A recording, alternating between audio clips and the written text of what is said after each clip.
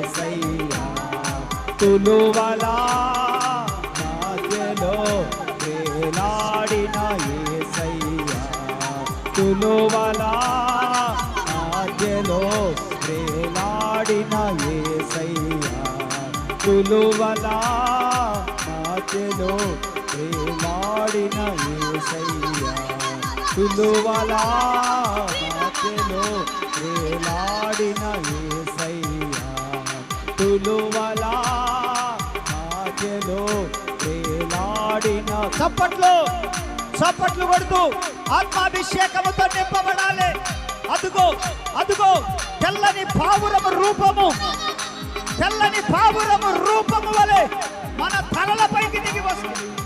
రాలుతూ ఉన్న అభిషేకం అనుభవించండి. రాలుతూ ఉన్న అభిషేకం తెల్లని పావురము రూపము వలె